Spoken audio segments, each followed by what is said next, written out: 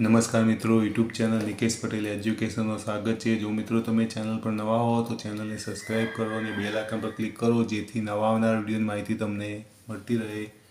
પ્રશ્ન 2 નીચેના વિધાનો ખરા છે કે ખોટા તે જણાવો। 8 વિધાનો પૂછાશે અને 8 માર્ક્સના। પ્રકરણ 5 પહેલું છે બુદ્ધને સારનાથમાં જ્ઞાન પ્રાપ્ત થયું હતું તો ખોટું। 2 નંબર બુદ્ધ અને જૈન બંને ધર્મ લોકોને શાંતિ અને અહિંસાનો માર્ગ અપનાવવા અનુરોધ કર્યો તો સાચું। 3 નંબર મહાવીર સ્વામી જૈન ધર્મના પ્રથમ તીર્થંકર હતા તો ખોટું। 4 નંબર મહાવીર સ્વામી ચોરીને સૌથી મોટું અનિષ્ટ માનતા સાચું। પ્રકરણ 6 પહેલું ચંદ્રગુપ્તે પોતાની અંતિમ અવસ્થા શ્રવણ બેલગોળામાં વિતાવી હતી તો સાચું। 2 નંબર બિંદુસારના સમયમાં મગધ મૌર્ય સામ્રાજ્યમાંથી સ્વતંત્ર થઈ ગયું તો ખોટું। 3 નંબર અશોકે ઉપગુપ્તના આદેશને અનુસરીને બૌદ્ધ ધર્મ અંગીકાર કર્યો તો સાચું। 4 નંબર સારનાથનો શ્રીસ્તંભ ચંદ્રગુપ્ત મૌર્યે બંધાવ્યો હતો તો ખોટું। પ્રકરણ 7 1 નંબર ચંદ્રગુપ્ત પહેલો શ્રીગુપ્તને અનુગામી રાજા હતો તો ખોટું। 2 સમ્રાટ ચંદ્રગુપ્ત બીજાનું મૂળ નામ દેવદત્ત હતું તો ખોટું। 3 નંબર કુમારદેવી લીચ્છી જાતિની કન્યા હતી તો સાચું। 4 નંબર ગુપ્ત સંવતની શરૂઆત થવાથી હિંદમાં કાળગણનાની ગોઠવણી શક્ય બની છે તો સાચું। પ્રકરણ 8 ઉપનિષદોમાં માંડુક્ય મત્સ્ય અને મુંડક ઉપનિષદોનો સમાવેશ થાય છે તો સાચું। 2 નંબર ઇલોરાની ગુફામાં મળી આવેલા બુદ્ધની જાતક કથાઓના ચિત્રો જગવિખ્યાત છે તો સાચું। 3 નંબર ગાંધાર કલા સંપૂર્ણપણે ભારતીય કલા શૈલી છે તો ખોટું। 4 નંબર મહાભારત અને રામાયણને ઉપનિષદો કહેવામાં આવે છે તો ખોટું। પ્રકરણ 11 પહેલું ઉત્તર અમેરિકામાં રોકી પર્વત ગેડ પર્વત છે તો સાચું। 2 નંબર ભારતનો સાતપુડા જ્વાળામુખી પર્વત છે તો ખોટું। 3 નંબર તિબેટનો ઉચ્ચ પ્રદેશ પર્વત પ્રાંતીય ઉચ્ચ પ્રદેશ છે ખોટું। 4 નંબર બ્રાઝિલનો ઉચ્ચ પ્રદેશ ખંડીય ઉચ્ચ પ્રદેશ છે સાચું। પ્રકરણ 12 મહાસાગર સાંસ્કૃતિક નકશામાં દર્શાવેલ હોય છે તો ખોટું। 2 નકશામાં વનસ્પતિનો પ્રદેશ લીલા રંગથી દર્શાવેલ હોય છે સાચું। 3 નંબર નકશાની મદદથી કોઈપણ બે સ્થળો વચ્ચેનું વાસ્તવિક અંતર જાણી શકાય છે ખોટું।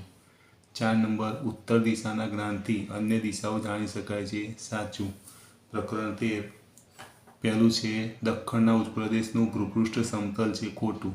2 ભારત મોસમી આબોહવા ધરાવતો દેશ છે તો સાચું। 3 જમીનને આધારે જ વનસ્પતિના પ્રકાર પાડવામાં આવે છે ખોટું। 4 મોર ભારતનું રાષ્ટ્રીય પક્ષી છે તો સાચું। પ્રકરણ 16 પહેલું છે ગ્રામ પંચાયતના કાર્યાલયને ગ્રામ સચિવાલય કહેવામાં આવે છે તો સાચું।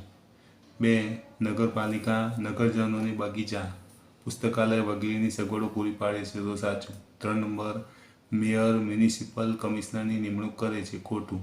4 નંબર કલેક્ટર જિલ્લા પોલીસ ઓફિસર તરીકેની પણ કામગીરી કરે છે તો ખોટું। પ્રકરણ 17 શહેરના લોકો આસપાસના ગામડામાં રોજગારી મેળવવા જાય છે તો ખોટું। 2 રાણપુર ગામની દુકાનમાં જરૂર પડે ત્યારે તાવ શરદીની દવા પણ મળે છે સાચું।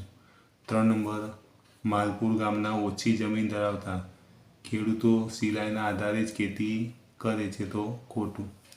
4 નંબર સલમાન ખેડૂત પોતાની જમીનમાં જાતે ખેતી કરે છે તો સાચું। પ્રશ્ન 2 બંધબેસતા જોડકા જોડો એક પ્રશ્ન પૂછાશે એટલે કે એક જોડકું પૂછાશે અને 4 માર્ક્સનું હશે।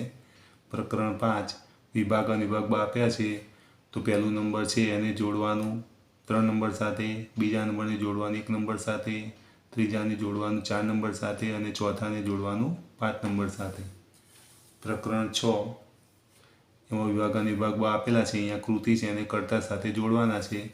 પહેલું છે એને જોડવાનું 5 નંબર સાથે, બીજાને જોડવાનું 3 નંબર સાથે, ત્રીજાને જોડવાનું 4 નંબર સાથે અને પાંચમાને જોડવાનું 1 નંબર સાથે, ચોથાને જોડવાનું 1 નંબર સાથે।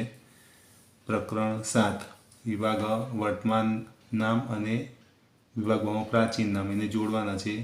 તો પહેલું છે એને જોડવાનું 3 નંબર સાથે, બીજાને જોડવાનું 5 નંબર સાથે, ત્રીજાને જોડવાનું 1 નંબર સાથે અને ચોથાને જોડવાનું 2 નંબર સાથે. પ્રકરણ 8 વિભાગ અ વિભાગ બ. પહેલું છે એને જોડવાનું 2 નંબર સાથે, બીજાને જોડવાનું 3 નંબર સાથે, ત્રીજાને જોડવાનું 4 નંબર, ચોથાને જોડવાનું 1 નંબર સાથે. પ્રકરણ 11 વિભાગ અ વિભાગ બ.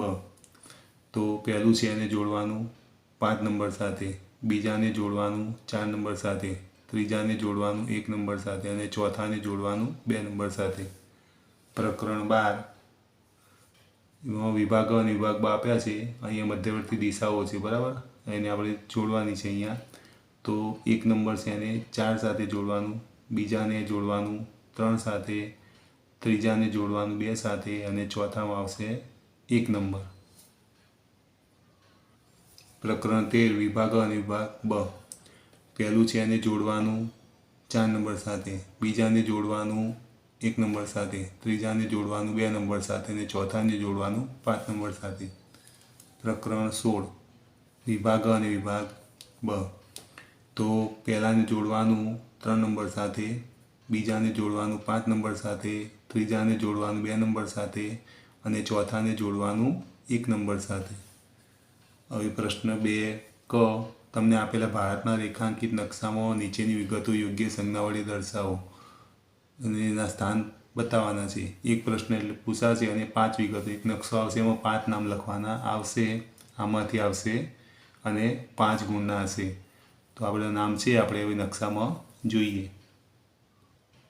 તો મિત્રો નામે મેં લખેલા છે. જો અહીંયા લદાખ, ગિરિમારા, અહીં જયપુર, અહીં ઉત્તર પ્રદેશ, ગંગા યમુના, અહીંયા મેદાન બિહાર, બ્રહ્મપુત્ર નદી અહીંયા બતાવવાની છે. તમે સંકેત પણ બતાવી શકો અને આવી રીતે નામ પણ લખીને બતાવી શકો. તો એ નકશામાં બધા નામ લખેલા છે, એ પ્રમાણે તમારે જોવાનું અને તૈયાર કરવાનું. આમાંથી 5 નામ તમારે નકશામાં લખવાના આવશે. કઈ જગ્યાએ કયું નામ આવે તમે ચિહ્ન દ્વારા પણ કરી શકો અને નામ લખીને પણ બતાવી શકો. જો મિત્રો તમને આ વિડીયો ગમ્યો તો વિડીયોને લાઈક કરો, કમેન્ટ કરો, શેર કરો અને ચેનલને સબસ્ક્રાઈબ